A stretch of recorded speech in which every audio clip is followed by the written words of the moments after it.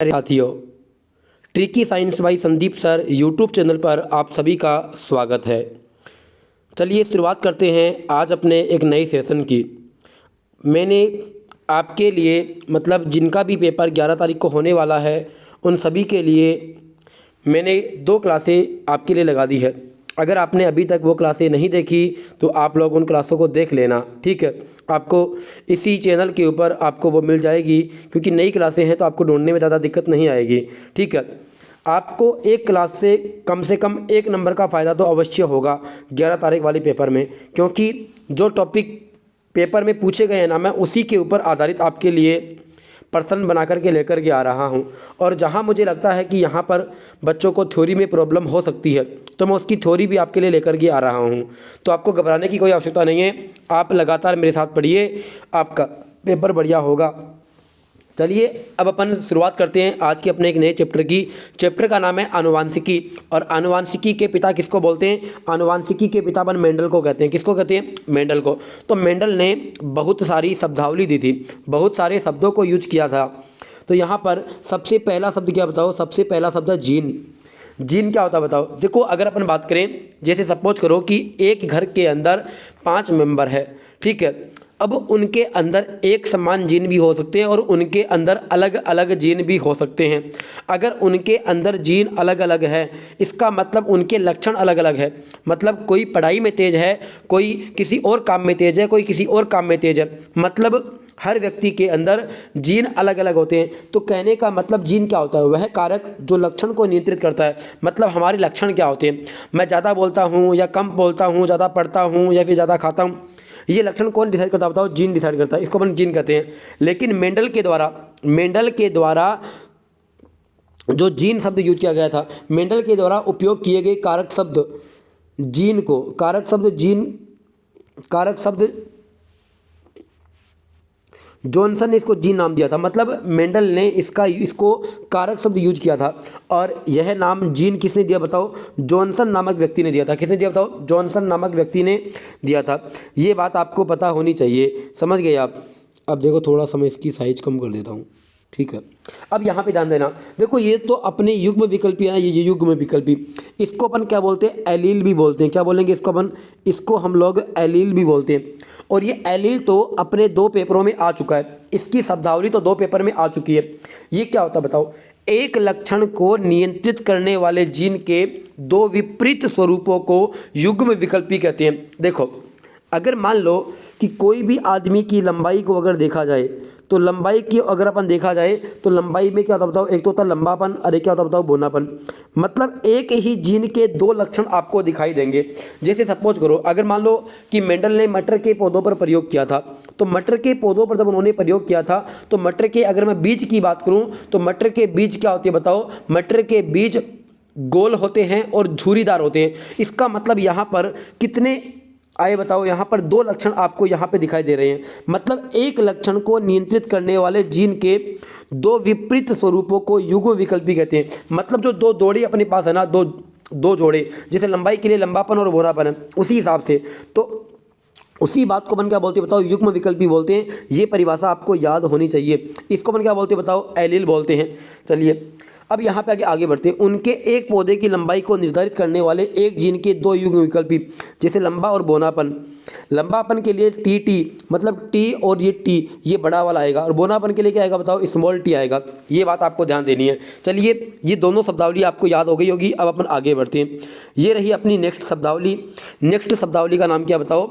Next शब्दावली का नाम है समयुग्मजी। अब ध्यान देना, समयुग्मजी का मतलब क्या होता है? अभी मैंने आपको एक शब्द बताया था, क्या? युग्म विकल्पी। क्या बताया था बताओ? मैंने आपको अभी आपको बताया था युग्म विकल्पी। युग्म विकल्पी अपन किसको बोलते हैं? जीन का जो जोड़ा होता है ना, जो लक्षण को निर्धारित करता है, उसको अपन युग्म विकल्पी बोलते हैं, ठीक है।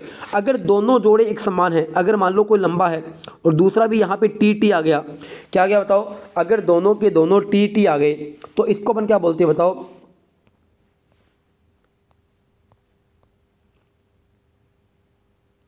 इसको अपन क्या बोलते हैं? अगर दोनों के दोनों एक समान है तो इसको अपन बोलेंगे क्या? समयुग्मजी बोलेंगे। जैसे मान लो कि लंबे पौधे के लिए हम समयुग्मजी क्या काम में लेंगे? टी और टी काम में लेंगे। जबकि अगर मैं बात करूँ बोने के लिए अपन दोनों टी काम में लेंगे, स्मॉल टी। तो ये तो हो गया ये तो हो गया किसके लिए बताओ, बोने के लिए समयुग्मजी, और ये किसके लिए हो गया बताओ, लंबे के लिए समयुग्मजी हो गया, क्योंकि दोनों के दोनों क्या बताओ समान है। चलिए आगे बढ़ते हैं। विषम युग्मजी का मतलब क्या होता है? विषम युग्मजी का मतलब होता है एक अगर कैपिटल आता है तो दूसरा इसमें स्मॉल आएगा, इसी बात को अपन क्या बोलते हैं, विषम युग्मजी बोलते हैं। देखो पढ़ लेते हैं परिभाषा को। जब किसी लक्षण को नियंत्रित करने वाले जीन के दोनों युग्म विकल्पी असमान हो तो उसे विषम युग्मजी कहते हैं। विषम युग्मजी लंबा पौधा। अब ध्यान देना, अगर यहाँ पर ऐसे है टी और टी, देखो यहाँ पर कैपिटल आ गया ना, तो यहाँ पर क्या होता है बताओ, यहाँ पर प्रभावी जनक होता है, एक अपने पास अप्रभावी जनक होता है। हमेशा क्या होता है बताओ, प्रभावी जनक अपना प्रभाव ज़्यादा दिखाता है। तो यहाँ पे देखो बड़ा भी आ रहा है और छोटा भी आ रहा है, लेकिन छोटा वाला अपना प्रभाव नहीं दिखा पा रहा है, तो बड़े वाला अपना प्रभाव दिखाएगा, तो इसको हम बोलते हैं विषम युग्मजी लंबा पौधा। चलिए आगे बढ़ते हैं। ये रहा अपना अगला शब्दावली। अगली शब्दावली क्या बताओ, अपने पास अगली शब्दावली का नाम है लक्षण प्रारूप। क्या नाम है बताओ, अपने पास अगली शब्दावली का नाम है लक्षण प्रारूप।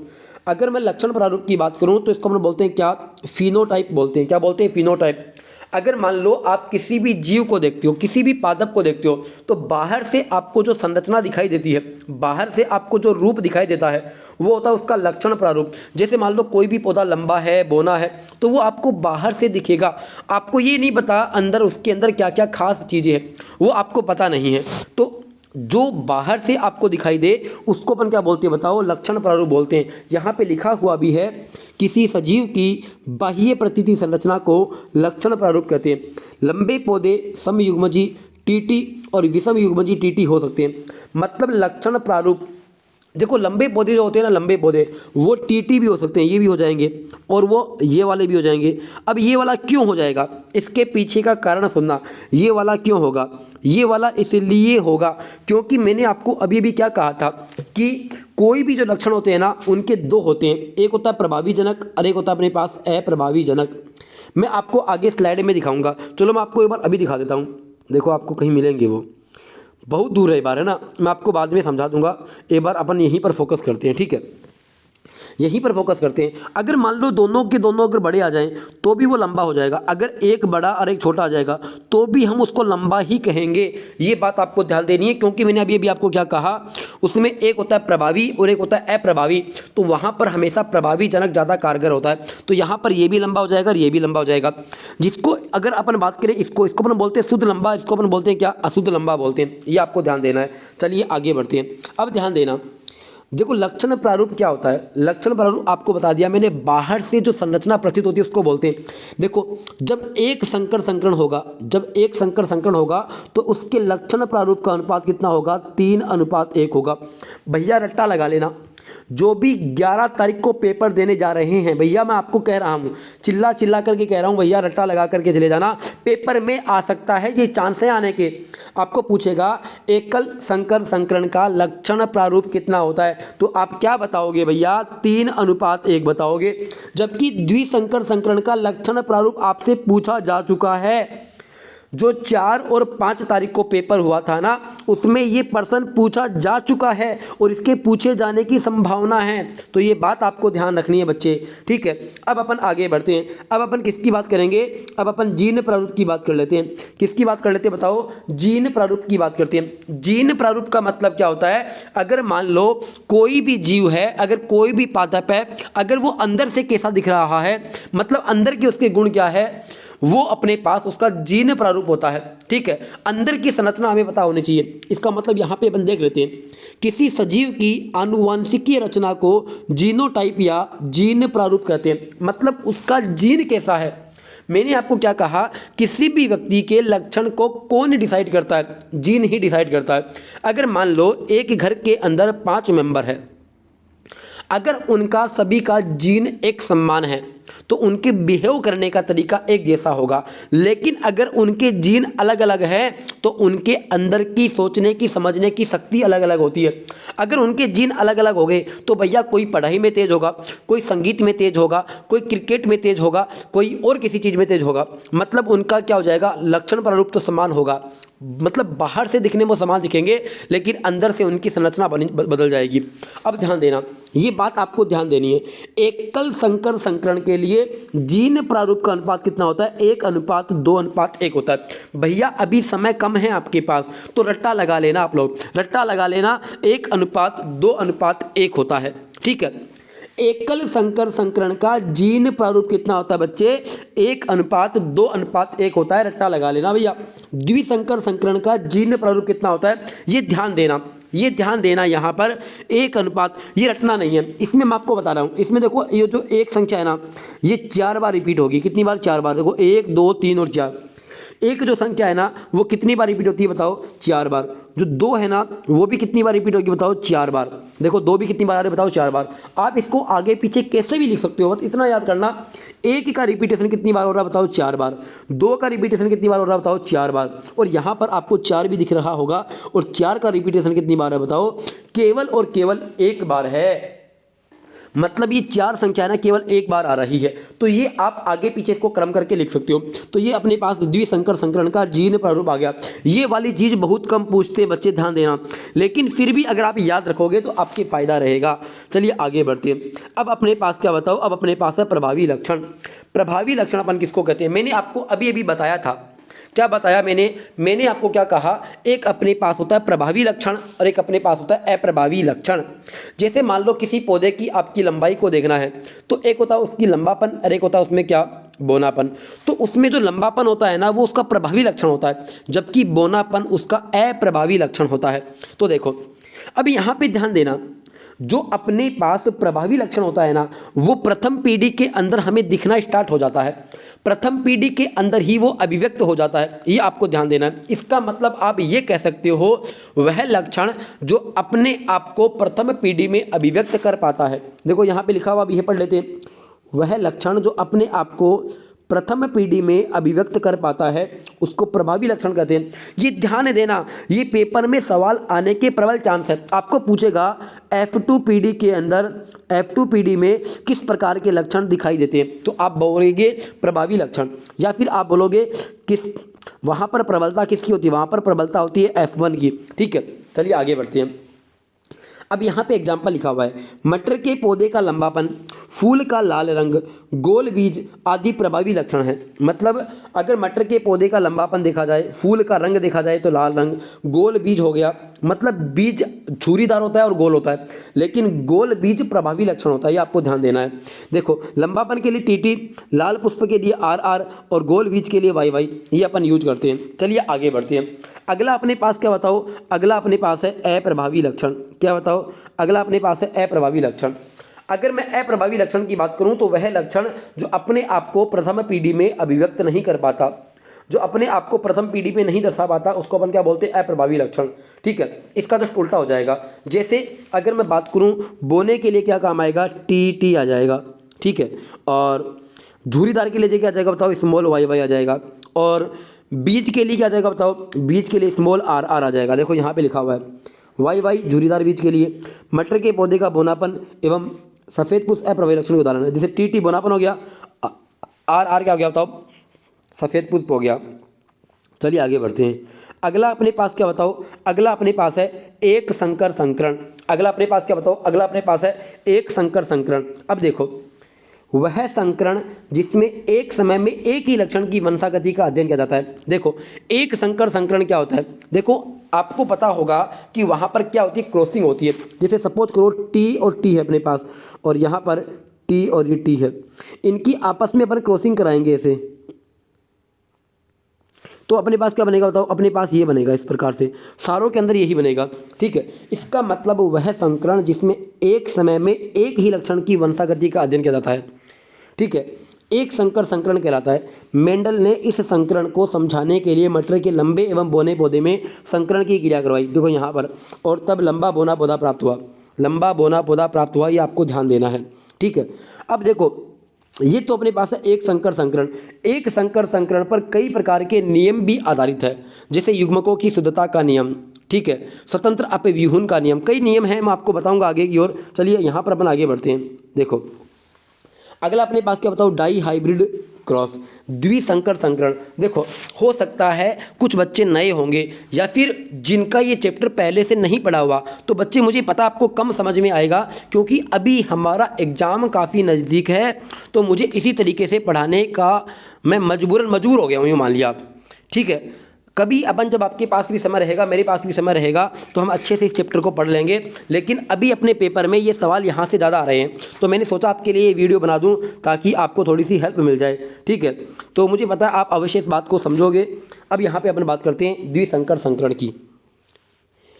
वह संकरण जिसमें दो लक्षणों की वंशागति का एक साथ अध्ययन किया जाता है। देखो, एक संकर संकरण में तो केवल और केवल एक लक्षण की वंशागति का अध्ययन होता है, एक संकर संकरण में।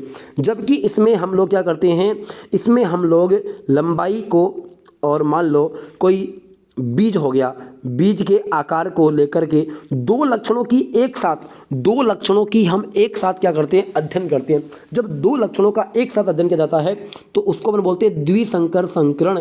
क्या बोलेंगे, द्विसंकर संकरण। आगे जब मैं आपको प्रश्न कराऊंगा ना, तो सब कुछ आपको क्रिस्टल क्लियर करवा दूंगा, आपको बिल्कुल भी दिक्कत नहीं आएगी। मेंडल ने इस प्रयोग को समझाने के लिए मटर के लंबे व लाल पुष्प वाले प्रभावी लक्षण तथा बोने व सफ़ेद पुष्प वाले पौधों के मध्य संकरण की क्रिया करवाई, जैसे TTRR और TTRR, लंबा व बोना पौधा। आपको पता होगा ये T किसके लिए है, लंबापन के लिए, और ये कैपिटल R किसके लिए बताओ, ये कैपिटल R राउंड के लिए, मतलब बीजों के लिए, जैसे गोल बीज हो गया। उसी प्रकार स्मॉल TT किसके लिए बताओ, बोनापन के लिए, और स्मॉल RR किसके लिए बताओ, ये अपने पास झूरीदार बीज के लिए। यूँ समझिए आप लोग। चलिए आगे बढ़ते हैं। ये रहा अगला अपने पास क्या, अपना अगला शब्दावली का नाम। अगला अपने पास है टेस्ट क्रॉस। ये भी भैया पेपर में आ चुका है प्रश्न, ये भी पेपर में आ चुका है।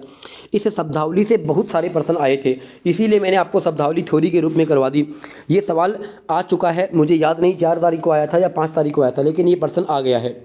वह संकरण जिसमें F1 पीढ़ी से प्राप्त संतति का संकरण अप्रभावी लक्षण प्रारूप वाले जनक के साथ करवाया जाता है, तो इसे परीक्षण संकरण कहते हैं। मतलब सपोज करो एक बार आप मुझे एक चीज़ बताओ, हमारी उत्पत्ति हमारे माता पिता से हुई है।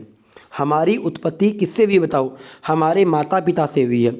अगर मान लो कि अगर हम भी अब क्रॉस में भाग ले, अगर जनन की क्रिया में भाग ले, और अगर हमारा जनन की क्रिया किसी अप्रभावी लक्षण से करवा दी जाए, किससे बताओ, किसी अप्रभावी लक्षण से। अप्रभावी लक्षण क्या होता है बताओ, TT होता है। अगर अप्रभावी लक्षण से करवा दी जाए, जैसे सपोज करो मैं यहाँ पर, मेरे पास ब्लैंक पेज नहीं है ना, देखो थोड़ा सा मैं आपको समझाता हूँ। यहाँ पर मैंने ब्लैंक पेज बना लिया, ठीक है। अब एक बार समझने की कोशिश करना। सपोज करो ये है अपने पास T और T, और ये अपने पास है दोनों T और T। सबसे पहले क्या हुआ, आपको समझ में आएगा सब कुछ। मैंने इसका क्रॉस इसके साथ करवाया, तो ये बना मेरे पास T और T। फिर मैंने इसका क्रॉस इसके साथ करवाया, तो भी मेरे पास क्या बना, T और T। फिर मैंने इसका क्रॉस इसके साथ कराया, तो क्या बना, T और T। फिर मैंने इसका क्रॉस इसके साथ कराया, तो भी क्या बना बताओ, T और T बना। ये बन गए अपने पास, बन गए T T T T T T, ये बन गए। अब ध्यान देना एक बार आप, अब एक बार ध्यान देना, इतना अपने पास बन गया ना, ये बन गया। अब मुझे एक चीज़ बताओ, यहाँ पर ये तो अपने पास क्या बताओ, ये तो है पिता, माता पिता। ये तो क्या बताओ, माता पिता। माता पिता से क्या प्राप्त हुआ बताओ, बच्चा, संतान पैदा हुआ।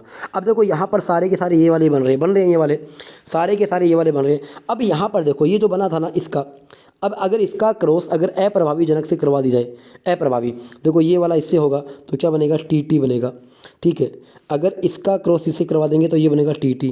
अगर इसका इससे कराएंगे तो बनेगा TT। इसका इससे कराएंगे तो क्या बनेगा बताओ, TT। इस प्रकार से बनेगा, ये आपने देख लिया होगा। या फिर मान लो ये TT बन जाएगा इस प्रकार से। मतलब ये जो बन रहा है ना, ये बन रहा है, इसको अपन क्या बोलते हैं, टेस्ट क्रॉस बोलते हैं। क्या बोलते हैं, परीक्षण संकरण बोलते हैं। ये पेपर में प्रश्न पूछा जा चुका है भैया, ठीक है, ये आपको ध्यान देना है। चलिए, तो यहाँ पर देखो यही तो किया गया है,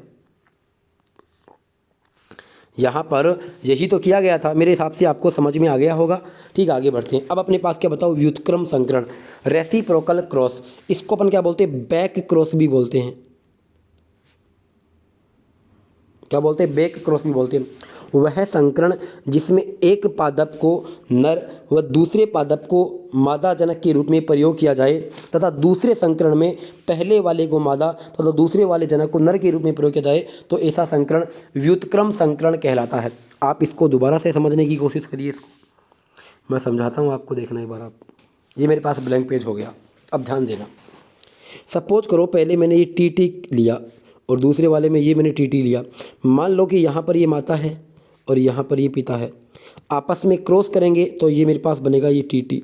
ठीक है, अब यहाँ पे ध्यान देना, मैंने पिछली बार माता और पिता का क्रॉस किया। अब जो पिता था ना, उसको तो मैंने क्या कर दिया, उसको तो मैंने ये वाला बना दिया, बड़ा वाला, और माता को मैंने क्या बना दिया बताओ, ये वाला बना दिया।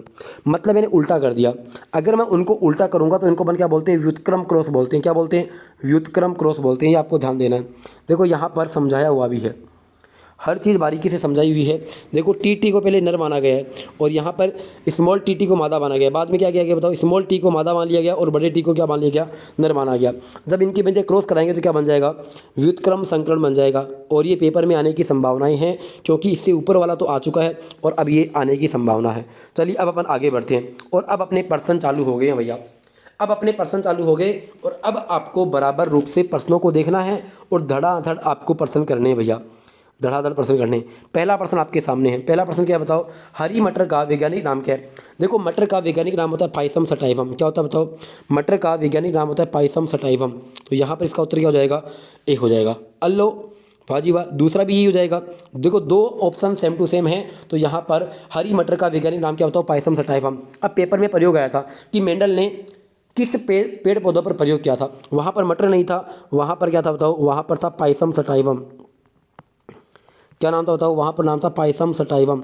तो बच्चे परेशान हो गए क्योंकि बच्चों का मटर बड़ा हुआ था। तो मटर का वैज्ञानिक नाम क्या होता है बताओ, पाइसम सटाइवम होता है। चलिए आगे बढ़ते हैं। ये रहा अगला, ये सवाल भी सेम टू सेम पेपर में आ चुका भैया, सेम टू सेम सवाल पेपर में आ चुका है। एक सामान्य मानव कोशिका में क्रोमोसोम कितने होते हैं, आपको बताओ कि टोटल 46 गुणसूत्र होते हैं। क्रोमोसोम को क्या बोलते हैं, गुणसूत्र बोलते हैं। और गुणसूत्र जोड़ों के रूप में कितने होते हैं बताओ, 23 जोड़ों के रूप में भी पाए जाते हैं। चलिए आगे बढ़ते हैं। ये रहा अपना अगला, क्या, ये रहा अपना अगला प्रश्न। निम्नलिखित में से कौन से गुणसूत्र लड़की के जन्म के कारक होते हैं। लड़की के जन्म के कारक आपको पता होगा, आपको पता होगा टोटल 44 गुणसूत्र होते हैं, जो महिला और पुरुष, लड़की और लड़के दोनों में समान होते हैं, 44 गुणसूत्र। जबकि 2 गुणसूत्र क्या होते हैं बताओ, अलग होते हैं। इनको अपन क्या बोलते हैं बताओ, इनको अपन बोलते हैं लिंग गुणसूत्र। क्या बोलते हैं, लिंग गुणसूत्र बोलते हैं। ये आपको ध्यान देना है, ठीक है।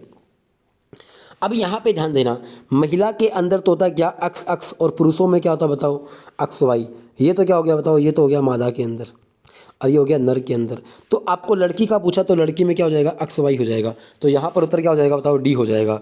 चलिए अगला सवाल, अगला सवाल क्या है, निम्नलिखित में से कौन सा ग्रेगर मेंडल के वंशागति के अंतर्गत नहीं आता है। ग्रेगर मेंडल के वंशागति के अंतर्गत नहीं आता है, ये आपको बताना है। देखो मेंडल ने वंशागति के नियम के द्वारा पृथक्करण का नियम भी दिया था, प्रभुत्व का नियम भी दिया था, स्वतंत्र अपव्यूहन का नियम भी दिया था। तीनों के तीनों नियम मेंडल ने दिए थे। तो ये भी उत्तर नहीं होगा, ये भी नहीं होगा, ये भी नहीं होगा। उत्तर क्या हो जाएगा यहाँ पर, बायोपिक्स का सिद्धांत। क्या हो जाएगा, बायोपिक्स का सिद्धांत। अगला प्रश्न, अगला प्रश्न क्या बताओ, यौन प्रजनन में माता पिता का योगदान कितना होता है। यौन प्रजनन में देखो, जब यौन प्रजनन, जब माता पिता यौन की क्रिया करते हैं तो मुझे बताओ, जब उनका बच्चा पैदा होता है तो उनके अंदर क्या होता है बताओ, माता से 23 गुणसूत्र और पिता से 23 गुणसूत्र, इस प्रकार से गुणसूत्र आते हैं। मतलब अपने जीन्स का आधा हिस्सा वो क्या करते हैं, योगदान में देते हैं। अगला सवाल, अगला सवाल क्या बताओ, यदि एक पौधे का समजीनी TTRR है तो समलक्षणी क्या होगा। समलक्षणी क्या होगा, मुझे एक चीज़ बताओ, टी को अपन क्या बोलते हैं, बोना बोलते हैं। टी को अपन क्या बोलते हैं, बोना बोलते हैं। और यहाँ पर है RR। अब यहाँ पे देखो बड़ा आर आ गया ना, तो यहाँ पर बड़ा आर आ गया, तो यहाँ पर क्या होगा, ये गोल हो जाएगा। क्या हो जाएगा, बॉल, गोल हो जाएगा। तो बोना और गोल, बोना और गोल क्या हो जाएगा, इसका उत्तर बोना और गोल हो जाएगा। ठीक है आगे बढ़ते हैं। मैंने आपको क्या कहा था, देखो टी का मतलब होता है बोना। मैंने, मुझे बताओ ये गोल क्यों हुआ। अगर यहाँ पर ये RR होता तो इसको अपन क्या बोलते हैं, झूरीदार बोलते हैं। जबकि RR नहीं है, यहाँ पर एक बड़ा आर आ गया, एक बड़ा आर आ गया, इसका मतलब क्या हो गया, ये गोल हो गया। अगर दोनों के दोनों आर आते हैं तो भी ये गोल ही कहलाता, क्योंकि यहाँ पर प्रभावी लक्षण क्या बताओ, आर है, इसलिए इसको अपन गोल कहा है। अगला सवाल, मटर के पौधे में पाया जाने वाला गुण निम्नलिखित में से कौन सा नहीं है। देखो आपको पता होगा मेंडल ने आखिर मटर को ही क्यों चुना था, ये आप सोचने की बात होगी, क्योंकि उस समय कई और भी पादप थे, लेकिन उसने अपने प्रयोग मटर के पादप पर ही क्यों किए थे। वो इसलिए किए गए थे क्योंकि मटर के पेड़ पौधों के अंदर विषम गुण देखे गए थे, मतलब अलग अलग गुणों को वहाँ पर देखा गया था। इस वजह से उन्होंने मटर के पौधे का चुनाव किया था। अब मटर के पौधों में पाए जाने वाला निम्नलिखित में से कौन सा गुण नहीं है? देखो, मटर का जो बीज होता है ना, वो झुर्रीदार बीज होता है। बिल्कुल सही बात है। देखो, आपको पता होगा बीज गोल भी होता है और बीज झुर्रीदार भी होता है, तो ये बात तो सही है, उत्तर नहीं होगा। अगर मैं बात करूँ फली की, तो आपको पता होगा फली जो होती है ना, वो फली क्या होती है बताओ? चपटी होती है और फली फूली भी होती है। क्या होती है बताओ? फूली हुई भी होती है, चपटी भी होती है, जिसको अपन संकीर्ण भी बोलते हैं। जबकि फली का रंग भी होता है, फली का रंग हरा होता है और पीला होता है। तो यहाँ पर हरी फली है, इसका मतलब ये भी अपने पास उत्तर नहीं होगा, क्योंकि यहाँ पर आपको नहीं पूछा है, तो आपको यहाँ पर ये तो नहीं करना होगा। ठीक है, अब अपन आगे बढ़ते हैं। आगे अगर अपन बढ़ेंगे तो अपना अगला क्या बताओ? अपने पास अगला है गोल फली। अगर मैं बात करूँ, फली कभी भी गोल नहीं होती है। ठीक है, फली कभी भी गोल नहीं होती। फली या तो चपटी होगी या फिर क्या होगी बताओ? संकीर्ण होगी। ठीक है, या फिर चपटी होगी या फुली हुई होगी, ऐसे होगी। लेकिन यही इसका उत्तर हो जाएगा, यहाँ पर इसका उत्तर यही हो जाएगा, जबकि गोल बीज हो सकता है। चलिए आगे बढ़ते हैं। हाँ, अभी देखो, ये आपको दिखाना ज़रूरी था भैया।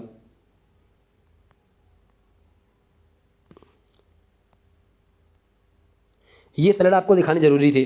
देखो, कौन कौन से लक्षण मटर में पाए जाते हैं, कौन कौन से प्रभावी होते हैं, कौन कौन से अप्रभावी होते हैं। इस स्लाइड से भी 1% पेपर में आता है। देखो, बीज का आकार गोल होता है प्रभावी लक्षण, और अप्रभावी लक्षण क्या होता है बताओ? झुर्रीदार। अगर मैं बीज के रंग की बात करूं तो इसका प्रभावी लक्षण होता है पीला, और अप्रभावी लक्षण होता है क्या? हरा। फूल का रंग की बात करूं तो फूल के रंग में बैंगनी आता है। क्या था बताओ? फूल के रंग में प्रभावी लक्षण होता है बैंगनी। फूल के रंग का प्रभावी लक्षण होता है बैंगनी, जबकि अप्रभावी लक्षण क्या होता है बताओ? सफ़ेद होता है। जबकि फली के आकार की बात करें, फूली हुई अगर फली हुई होगी तो वो प्रभावी लक्षण है, अगर वो चपटी होगी तो वो अपने पास, या संकीर्ण होगी तो वो अपने पास अप्रभावी लक्षण है। जबकि अगर मैं बात करूं फली के रंग की, फली का रंग अगर हरा होगा तो वो प्रभावी लक्षण है, अगर फली का रंग पीला होगा तो वो अपने पास अप्रभावी लक्षण है। कौन सा बताओ? वो अपने पास अप्रभावी लक्षण है। अगर मैं पुष्प की स्थिति की बात करूं, किसकी बात करूं बताओ? अगर मैं पुष्प की स्थिति की बात करूं, अगर पुष्प की स्थिति अक्षीय है, अगर एक्सिस है, अक्षीय है, तो वो अपने पास प्रभावी लक्षण है। अगर मान लो वो अंत्य है, मतलब किनारे के अंदर है, तो उसको अपन क्या बोलेंगे? अप्रभावी लक्षण बोलेंगे। उसी प्रकार से अगर तने की ऊंचाई अगर लंबी है तो वह प्रभावी लक्षण है। अगर तने की ऊंचाई अगर लंबी नहीं है, अगर बोनी है, मान लो क्या है बताओ? अगर बोनी है, यहाँ पे देखो, अगर तने की लंबाई अगर बोनी है तो वो क्या हो जाएगा बताओ? अप्रभावी लक्षण हो जाएगा। ठीक है, चलिए आगे बढ़ते हैं। ये रहा आपका अगला सवाल। अगला सवाल क्या बताओ? आनुवांशिक सामग्री अपन किसको कहते हैं? आनुवांशिक सामग्री किसको बोलते हैं? हम आनुवांशिक सामग्री जीन को बोलते हैं। किसको बोलते हैं? जीन को बोलते हैं। चलिए अगला सवाल। अगला सवाल क्या बताओ? एक नवजात बालिका की कोशिकाओं में कौन से गुणसूत्र का संयोजन होता है? हाँ, बालिका है तो बालिका तो अक्सवाई तो नहीं होगा, अक्सवाई तो नहीं होगा। अब यहाँ पर 22 है, यहाँ पे 44 है। आपको पता होगा 44 होता है टोटल, और 2 ये हो गए, टोटल 46 गुणसूत्र हो गए। उत्तर कितना हो जाएगा? ए हो जाएगा। अगला सवाल। अगला सवाल क्या बताओ? बच्चे का लिंग किससे निर्धारित होता है? पिता के रक्त समूह से। अग्र रक्त समूह से कैसे हो जाएगा? आरत कार से। आरत कार से कैसे हो जाएगा? माँ के रक्त समूह से। रक्त समूह से नहीं होता है। बच्चे का लिंग गुणसूत्र से डिसाइड होता है। किससे बताओ? गुणसूत्र से डिसाइड होता है। अगर मान लो अक्स अक्स गुणसूत्र है तो उसका लिंग क्या होगा बताओ? वह मादा होगा। अगर गुणसूत्र अक्स वाई है तो वो क्या होगा बताओ? नर होगा। तो डिसाइड किससे होता है बच्चे का लिंग? बच्चे का लिंग गुणसूत्र से डिसाइड होता है। चलिए अगला सवाल। अगला सवाल क्या बताओ? आनुवांशिक लक्षणों के जीन समूह को क्या कहते हैं? आनुवांशिक लक्षणों के जीन समूह को क्या कहते हैं? आनुवांशिक लक्षणों के जीन समूह को जीनोटाइप बोलते हैं। जीन समूह को क्या बोलते हैं? जीनोटाइप बोलते हैं। ये आपको ध्यान देना है। एलील किसको बोलते हैं? एलील किसको बोलते हैं? जो जीन का जो अपने पास 2 विकल्प होते हैं उसी को अपन क्या बोलते हैं? एलील बोलते हैं। प्रबल जीन किसको बोलते हैं? जो कारक ज़्यादा प्रभावी होता है उसको अपन प्रबल जीन बोलते हैं। फिनोटाइप किसको बोलते हैं? किसी भी जीन की बाह्य प्रतीति संरचना फिनोटाइप कहलाती है। चलिए आगे बढ़ते हैं। ये रहा अगला सवाल। मानव के अनिषेचित अंडे में क्या होता है? एक्स एक्स क्रोमोसोम, एक X chromosome, X Y chromosome और एक वाई क्रोमोसोम। अब ध्यान देना, यहाँ पर है अनिषेचित अंडा। मुझे एक चीज़ बताओ पहले तो, अंडा होता किस में है? अंडा मादा में होता है, ठीक है। जबकि पुरुष में तो क्या होता है? शुक्राणु होता है। नर में क्या होता है बताओ? नर में तो शुक्राणु होता है। इसका मतलब आप मुझे बताओ, अगर ये अंडाशय है तो अंडाशय के अंदर लिंग गुणसूत्र क्या होता है बताओ? अक्ष अक्ष होता है। क्या होता है बताओ? अक्ष अक्ष होता है। लेकिन यहाँ पर ये पका हुआ नहीं है। अगर ये अंडाशय पका हुआ है, अगर ये अंडा पका हुआ है तो उसमें अक्ष अक्ष होगा। लेकिन ये अनिषेचित है। अगर निषेचन नहीं हुआ है, अगर अनिषेचित है तो यहाँ पर क्या होगा बताओ? ये केवल और केवल अक्ष ही होगा। तो यहाँ पर क्या हो जाएगा? केवल एक अक्ष क्रोमोसोम होगा यहाँ पर। इसका उत्तर यहाँ पर क्या हो जाएगा? यहाँ पर इसका उत्तर अपने पास बी हो जाएगा। क्या हो जाएगा? बी हो जाएगा। चलिए अगला सवाल। अगला सवाल क्या है? पुरुष शुक्राणु में गुणसूत्रों की संख्या। पुरुष के शुक्राणु में गुणसूत्रों की संख्या कितनी होती है? टोटल 46 होती है। कितनी होती है बताओ? 46। क्योंकि शुक्राणु के हो गए 2 तो अक्षवाई, और टोटल अपने पास 44 और हो गए। टोटल कितने होंगे बताओ? टोटल अपने पास 46 हो जाएंगे। अगला सवाल।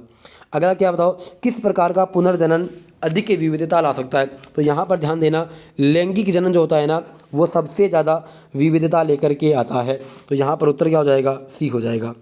अगला सवाल देखो, F1PD में दिखाई देने वाला लक्षण मैंने आपको बताया था, एक होता है प्रभावी लक्षण और एक होता है अप्रभावी लक्षण। तो मुझे एक चीज़ बताओ आप, F1PD में कौन सा लक्षण होता है बताओ? F1PD में प्रभावी और F2PD में अप्रभावी लक्षण प्रकट होता है। तो यहाँ पर क्या हो जाएगा? यहाँ पर F1PD में दिखाई देने वाला लक्षण क्या बताओ? प्रबलता हो जाएगा। अपन प्रभावी को प्रबलता भी कहते हैं, प्रभावी को क्या कहते हैं? प्रबलता भी कहते हैं। चलो अगला सवाल। अगला सवाल क्या बताओ? रिक्त स्थान डैश डैश डैश प्रयोग हमें गुणों की विरासत को एक पीढ़ी से अगली पीढ़ी में ले जाने के लिए तंत्र प्रदान करता है। देखो, आपको पता होगा, कोई भी लक्षण होता है ना, वो एक पीढ़ी से अगली पीढ़ी में जा रहा है तो उसको अपन बोलते हैं क्या? आनुवांशिकी। क्या बोलते हैं? आनुवांशिकी। और आनुवांशिकी को देने वाला कौन था? मेंडल था। तो आनुवांशिकी के पिता भी किसको बोलते हैं? मेंडल को ही बोलते हैं।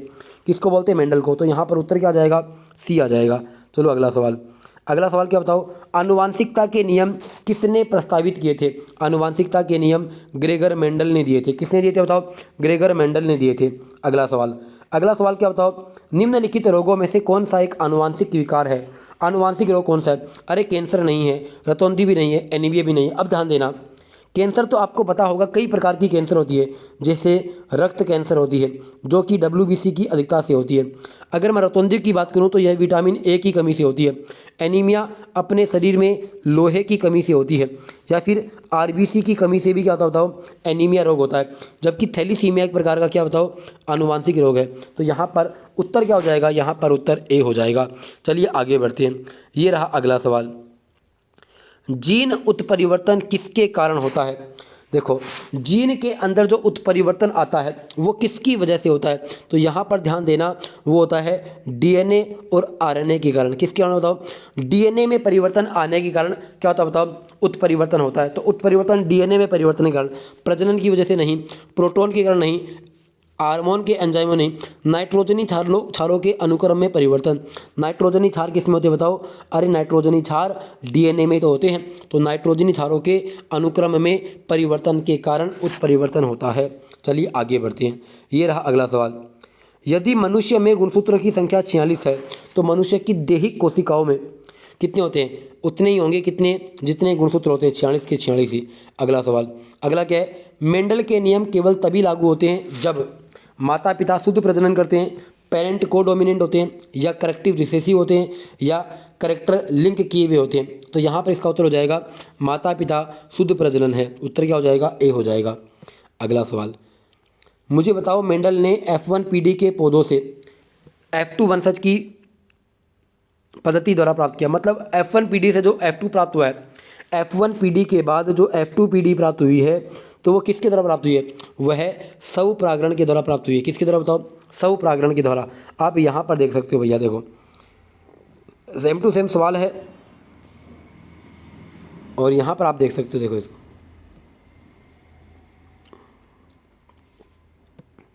देखो F1PD जब करवाई गई तो आपको पता होगा F1PD के बाद हमें ये प्राप्त हुए।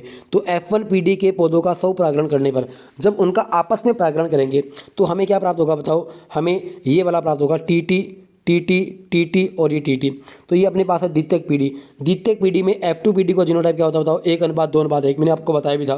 और इसका फिनोटाइप कितना होता है? 3:1 होता है। ये मैंने आपको पहले भी बताया था।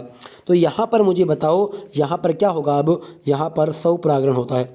जबकि केवल और केवल F1PD जब होती है ना, उसमें केवल और केवल क्या होता है बताओ? उसमें केवल और केवल अपने पास क्या होगा, पर परागण होता है। ये रहा अगला सवाल। ये अपना आज की क्लास का सबसे अच्छा सवाल है, सबसे हार्ड सवाल है। मुझे बताओ इसका उत्तर क्या आएगा। पहले एक बार आप लोग सोच करके बताइए, पढ़िए सवाल को। 556 गोल हरे और सिकुड़े पीलो बीजों के हाइब्रिड क्रॉस में गोल और पीले, एक बार रुकिए थोड़ा सा मिनिमाइज कर देता हूँ, लॉजिक कर दिया, ध्यान देना। 556 है, एक बार इसको यूँ मानिए 560 मान लीजिए एक बार आप, ठीक है, अप्रोक्स के आसपास, इससे उत्तर सही आएगा। 556 है गोल हरे सिकुड़े पीले बीज। एक चीज़ मुझे बताओ आप, पहले गोल हरे आ गए फिर सिकुड़े पीले बीज आ गए, मतलब यहाँ पर दो चीज़ आ रही है, बीज का रंग आ रहा है और बीज का आकार आ रहा है। यहाँ पर बीज का रंग आ रहा है और बीज का आकार आ रहा है, मतलब दो चीज़ें यहाँ पर साथ चल रही है। जब दो चीज़ें साथ चलती है तो वहाँ पर द्विसंकर संकरण होता है। क्या होता है बताओ, द्विसंकर संकरण होता है। अब मुझे बताओ द्विसंकर संकरण का लक्षण प्रारूप क्या होता है, बताओ 9:3:3:1 होता है। क्या होता है बताओ, 9:3:3:1 होता है। अगर आप इन सबको जोड़ोगे 9:3:3:1 को, तो ये टोटल कितने होते हैं बताओ, 16 होते हैं। अब आपको क्या करना है, 560 के अंदर या 556 के अंदर किसका भाग देना है, 16 का भाग देना है, क्योंकि आपको पता होगा आपको 556 का टुकड़ा करना है। किसका टुकड़ा करना है बताओ, आपको यहाँ पर 556 का टुकड़ा करना है। किसका टुकड़ा करना है, टोटल आपको 556 का टुकड़ा करना है। 556 का जब टुकड़ा करोगे तो आपको क्या करना पड़ेगा, आपको पता तो चल ही गया ये द्विसंकर संकरण है, और द्विसंकर संकरण में 9:3:3:1 का रेशियो होता है। अगर इनको जोड़ोगे तो 16 होता है। अब मुझे बताओ ये 16 जो होता है 560 के अंदर, मान लो लगभग 560 है, इसमें 16 का भाग दोगे तो एकम 16 एकम 16, 16 दूनी 32, 16 3 48 हो गया। कितना बच गया बताओ अपने पास, अपने पास 8 बच गया, 16 पंजो 80, मतलब यहाँ पर कितना आ गया बताओ, अप्रोक्स अपने पास 35 आ गया। अब मुझे बताओ आपको यहाँ पर क्या पूछा गया है, यहाँ पर आपको पूछा गोल और पीले बीज। मुझे बताओ गोल पीले बीज है यहाँ पर कितने बताओ, 9, तो 35 को 9 से मल्टीप्लाई कीजिए, 9 पंजो 45, इसका मतलब यहाँ पर आ गया 315। तो यहाँ पर इसका उत्तर कितना हो जाएगा, यहाँ पर इसका उत्तर हो जाएगा डी। ठीक है, अगर ये प्रश्न समझ में नहीं आया तो एक बार क्या करना, आप मुझे कमेंट कर देना, मैं आपको दोबारा बता दूंगा। चलिए आगे बढ़ते हैं। F2 जनरेशन में फिनोटाइप कितना होता है, यहाँ पर आपको फिनोटाइप पूछा है, तो F2PD में 9:3:3:1 होता है, ये आपको ध्यान देना है। चलिए आगे बढ़ते हैं।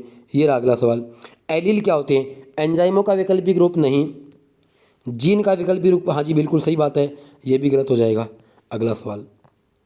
विज्ञान की वह शाखा जिसका उद्देश्य मानव जनसंख्या के अंदर आनुवांशिक गुणवत्ता में सुधार करना होता है, उसको बोलते हैं यूजेनिक्स। क्या बोलते हैं, मतलब जब भी कोई ऐसी विज्ञान होती है जो आनुवांशिक गुणवत्ता में सुधार करती है उसको अपन क्या बोलते हैं, यूजेनिक्स बोलते हैं। चलिए अगला सवाल। अगला सवाल क्या बताओ, आमतौर पर मेंडेलियन कारक क्या कहलाते हैं, आमतौर पर मेंडेलियन कारक जीन कहलाते हैं, और इस जीन को नाम या जोहानसन जीन को, जीन शब्द किसने दिया, ये दिया था जोहानसन ने। चलो अगला सवाल। मेंडल ने मटर के पौधों को ही क्यों चुना था, वो इसलिए चुना था क्योंकि मटर के पौधों के अंदर बहुत सारी विषम परिस्थितियाँ थी, मतलब गोल बीज हो गए, है ना, चपटी बीज हो गए, मतलब अलग अलग उसमें कंडीशंस थी, इसलिए इसको चुना गया। तो एक बार अपन देख लेते हैं मटर के पौधों को क्यों चुना गया। वे सस्ते थे, बिल्कुल गलत बात। वो आसानी से उपलब्ध थे, बिल्कुल गलत बात। वो उनमें विषम दिखने वाले गुण थे, यही इसका उत्तर हो जाएगा। चलिए आगे बढ़ते हैं। ये रहा। विविधता क्या होती है, विविधता एक ही प्रजातियों के बीच, व्यक्तियों के बीच अंतर, मतलब अगर प्रजाति तो एक है लेकिन व्यक्तियों के अंदर अलग अलग विभिन्नता है। मुझे एक चीज़ बताओ आप लोग, अगर मान लो एक माता पिता है, उनके टोटल 10 संतान हैं, तो वो जो 10 संतान होती है ना, उनकी सबकी शक्ल अलग अलग होती है, उनकी हॉबीज अलग अलग होती है, उनके काम करने का तरीका अलग अलग होता है, मतलब प्रजाति तो एक ही है लेकिन उन व्यक्तियों के बीच में अंतर बन जाता है, उसी को अपन बोलते हैं विविधता। एक ही माता पिता की संतानों के बीच अंतर, ये भी विविधता होती है, बिल्कुल सही बात है। माता पिता और संतानों के बीच अंतर, ये भी विविधता होती है। उत्तर क्या हो जाएगा यहाँ पर, उपरोक्त तो सभी हो जाएगा। अगला सवाल। अगला सवाल क्या बताओ, मेंडल ने किस आधार पर युग्मकों की शुद्धता का नियम दिया था। मैंने आपको शुरुआत में भी बताया था, युग्मकों की शुद्धता का नियम किस पर आधारित है बताओ, एक संकर संकरण पर आधारित है। किस पर बताओ, एक संकर संकरण पर। इस पर मैं स्टार लगा देता हूँ, ये पेपर में आने की प्रबल संभावनाएं हैं भैया। जो 11 तारीख वाले हैं ना, वो इस पर्सन को रट करके जाना भैया, पेपर में आने की प्रबल संभावना है इसकी। अगला सवाल। अगला सवाल क्या बताओ, मटर के पौधे में करेक्टर रेसेसिन होता है, मटर के पौधों में करेक्टर रेसेसिन क्या होता है, मुझे बताओ। करेक्टर रेसेसिन क्या होता है ये आपको बताना है, बता सकता है इसका उत्तर क्या आएगा मुझे। मटर के पौधे में कैरेक्टराइजेशन क्या होता है? पीला बीज, राउंड बीज, हरी फली या झुर्रीदार बीज होता है? मुझे बताओ क्या होता है, बताओ। कैरेक्टराइजेशन क्या होता है बताओ? यहाँ पर अपने पास झुर्रीदार बीज होता है। क्या होता है बताओ? झुर्रीदार बीज। अगला सवाल, अगला सवाल नहीं है, बताओ। ये आज की अपनी इस क्लास का मतलब आनुवंशिकी वाले चैप्टर का ये अपना आज का लास्ट सवाल था, ठीक है भैया। अब यहाँ पे ध्यान देना, इस क्लास को आप लोग क्या करना, बार बार रिवाइज करना, बार बार, क्योंकि जितनी बार रिवाइज करोगे आपको उतना फ़ायदा होगा, ठीक है। मैंने मेरा काम कर दिया बढ़िया से, अब आपको मेहनत करनी है, यहीं से पेपर में सवाल आएंगे। लेकिन यहाँ पे ध्यान देना, मैंने टोटल आपको 39 सवाल कराए हैं और मैंने कुछ आपको थ्योरी करवाई है। दोनों चीज़ें आप लोग बढ़िया से पढ़ करके चले जाना। मैं आपको पक्का बता रहा हूँ, एक शिफ्ट में 2 सवाल यहाँ से आ रहे थे, कोई कोई शिफ्ट तो ऐसी थी जिसमें 3-3 सवाल भी आनुवंशिकी से आ रहे थे। तो जो 11 तारीख वाले हैं ना, उनको भी पक्का 2 या 3 सवाल पक्का इस चैप्टर से मिलेंगे और आपको इसी वीडियो से मिलेंगे, मैं आपको गारंटी दे रहा हूँ। तो इस वीडियो को बढ़िया से पढ़ करके जाना, ठीक है। मेरे ऊपर विश्वास करना, डेफिनेटली आपको वही प्रश्न करवा रहा हूँ जो पेपर में आने की प्रबल संभावनाएं हैं, ठीक है। मेरे हिसाब से ये सेशन आपको अच्छा लगा होगा। अगर अच्छा लगा है तो आपका फ़र्ज बनता है इस सेशन को लाइक करने का, इस वीडियो को लाइक करने का। अगर आप ऐसा सोचते हो कि हाँ, इस वीडियो से किसी और भी विद्यार्थी को लाभ पहुंचना चाहिए, तो आप क्या करना, इस वीडियो की लिंक को मैक्सिमम लोगों के पास शेयर कर देना। अपनी इंस्टाग्राम स्टोरी पे लगा दिया जी कीजिए, अपने स्टेटस पे लगा दीजिए करिए, ताकि कोई भी लोग देखे तो उनको फ़ायदा हो जाए, ठीक है। उनको बोल देना कि साइंस यहाँ से पढ़ लो, सब कुछ कवर हो जाएगा। अगर आप लोग साथ दोगे तो मैं आपको बढ़िया कंटेंट प्रोवाइड कराने की कोशिश करूँगा। अगर आप लोग मेरा साथ नहीं दोगे तो मेरा मनोबल टूट जाएगा और वादे जो क्लास आएगी उसमें निरंतरता नहीं रह पाएगी। क्योंकि आपको पता होगा, कोई भी चीज़ निरंतर तभी होती है जब हमारा मोटिवेशन लगातार उस चीज़ पर बना रहता है। तो चलिए, मैं आज ज़्यादा बातें आपसे नहीं कहूँगा, अब अपन मिलेंगे जल्दी ही अगली क्लास में। अब मैं यहाँ पर आपको इतनी बातें कहूँगा, मिलते हैं हम लोग फटाफट अगली क्लास में। चलिए, अलविदा कहने का समय आ गया, बाय बाय।